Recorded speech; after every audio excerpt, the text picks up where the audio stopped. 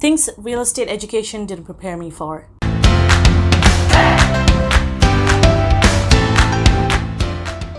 I'm Tharmila Rajasingam, licensed realtor with eXp Realty Brokerage here in Toronto. Our channel is all about Toronto real estate investing, personal finance, wealth mindset, marketing, and personal branding. Remember to subscribe to our channel, hit the like button, and hit the notification bell to get updates on new content. In this video, I'll share 10 things that the Real Estate Salesperson program didn't prepare me for. After watching this video, you'll have a better understanding of what the Ontario Real Estate program is all about and the things that the program didn't teach me, and what you can do to better position yourself for success in your real estate career, especially when you're starting off. I received my license a few weeks ago, and if I were to give the Humber Real Estate program a rating out of 5 stars, I would give it 3 stars, and here are reasons why. One common questions that I see current and new students ask is when they should start looking for a new brokerage. Similar to many things you learn in course 5, I wish I had known earlier, so you're not pressured into joining a brokerage that isn't suited for your needs. It's so important to determine your real estate career goals are and to ensure that the business priorities of your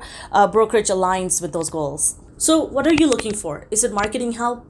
Is it lead generation help? Is it mentoring? Or is it a physical desk space or an assistant? And does your brokerage provide this? And how much would it cost? Can I afford to pay for this? And I personally already heard a few stories where they were offered such and such, and once they've signed the contract, they weren't promised what they were offered. So do your homework. Remember, you're interviewing the brokerage. So ask questions that would be a benefit to you. And remember, there are vastly different structures and fees out there. So I started looking for brokerages around after I finished course 3. I looked into all sorts of brokerages, some nearby, some further away, some big teams, some with small teams. I looked at going solo. I looked at looking into joining an actual team. And I also looked into cloud brokerages. And they were all very different from their fees, splits, caps, and even the services they provided. Another aspect that I didn't learn while I was taking the program was just the idea around timelines, whether you as a student taking the program or even after once you're licensed and starting off, what the timeline would be like.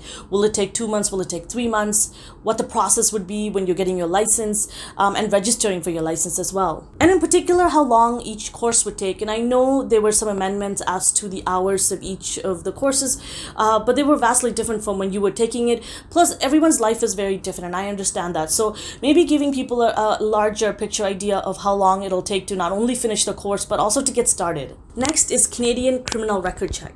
I didn't know what type to apply for as well as when to get the record check, as some method takes longer than others. Accepted criminal record check can be found on RICO website. I'll add a link in my description below this video. I got mine via the commissionary site. It cost me $55 plus tax, and it took me overall 50 minutes for the whole process actually, and to actually getting the record. Another thing that wasn't clear about when you were taking the program until you kind of got to course 5, and even then I had some confusion, was when applying for a brokerage and for your license. And I wasn't aware that the brokerage actually assists in helping you get your license via RICO. And after you receive your license, they also help you apply to your chosen real estate board. And my transcript and criminal record check was sent to my brokerage to help obtain my license. A big element to working as a realtor, and particularly starting off, is this knowledge base. Everything from protocol to best practices around showing properties as well as open houses. And I know during this time open houses is not allowed.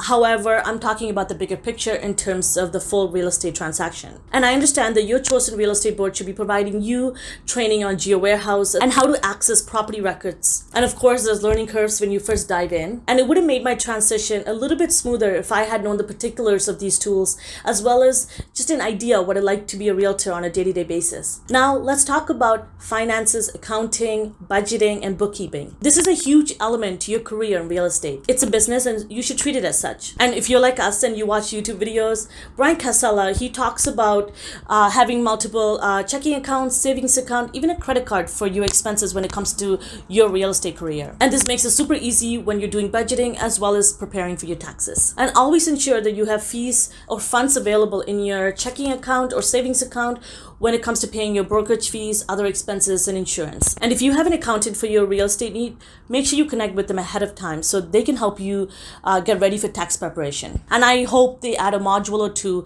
in this education program about the personal real estate corporation. And if you're currently a student or you're thinking about joining, connect with your accountant to talk about if this is suitable for you. Next is marketing and lead gen, my favorite. This is a big part of your business that a lot of new realtors struggle with, figuring out their brand identity and positioning themselves in their location of service, and even putting together a business plan or a marketing plan which sets out short and long-term goals. Like any brand, your brand should have an identity, key messages that go along with your story, and call to actions that align with your business goals. The real estate program didn't prepare me for the real world. My husband and I have been investing in real estate for a few years now, and obviously from our own experience of working with a realtor, we had our own assumptions of what the responsibilities of an agent is. And of course, until I had taken the program, there were things that I learned now after taking the program that it wasn't really the case in the real world, as the instructors would phrase it. There you have it, things that the real estate education program didn't prepare me for. Like many things in life,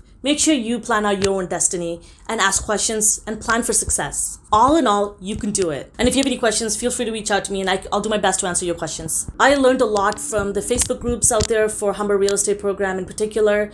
There are so many students out there that are current and new that are so passionate about this program, and they'll be happy to help you. Chances are someone else is thinking the same thing that you are. Lastly, stay optimistic, have patience, and keep your eye on the end goal. Thanks so much for watching. See you next time.